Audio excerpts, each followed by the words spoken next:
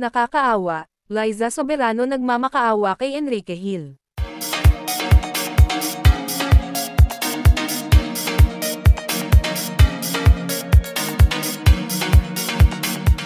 Hanggang ngayon ay trending pa rin sa social media ang tambalang Liza and Enrique o mas kilalang Lizken, matapos iwanan at ipakilala na ni Enrique ang ipinalit niya kay Liza Soberano. Inulan ng pambabatikod ang aktor matapos nitong isa publiko ang estado ng relasyon nito sa non-showbiz girlfriend nito. Samantala namang hindi matanggap ng aktres na si Liza ang ginawang pagpapakilala ni Enrique sa bagong babae nito, na kung saan sinugod ng aktres na si Liza Soberano ang babae at nauwi sa sakitan. Ayon kasi sa nakalap namin na balita talaga labis na nasaktan ang aktres sa ginawa sa kanya at hanggang ngayon ay hindi nito matanggap ang pag-iwan sa kanya ni Ken.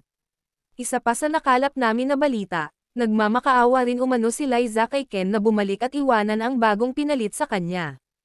Ngunit mukhang buo na ang loob ni Ken na ipagpalit at kalimutan na ang aktres. Nag-iwan din kasi ng mensahe si Ken na kung saan sinabi nito kay Liza na, "Tama na, tumigil ka na, masaya na ko ngayon sa kanya, ayoko nang bumalik sayo."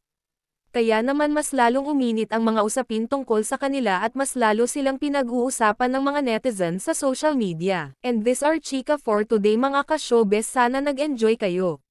Don't forget to like, share, subscribe and click the notification bell for more updates.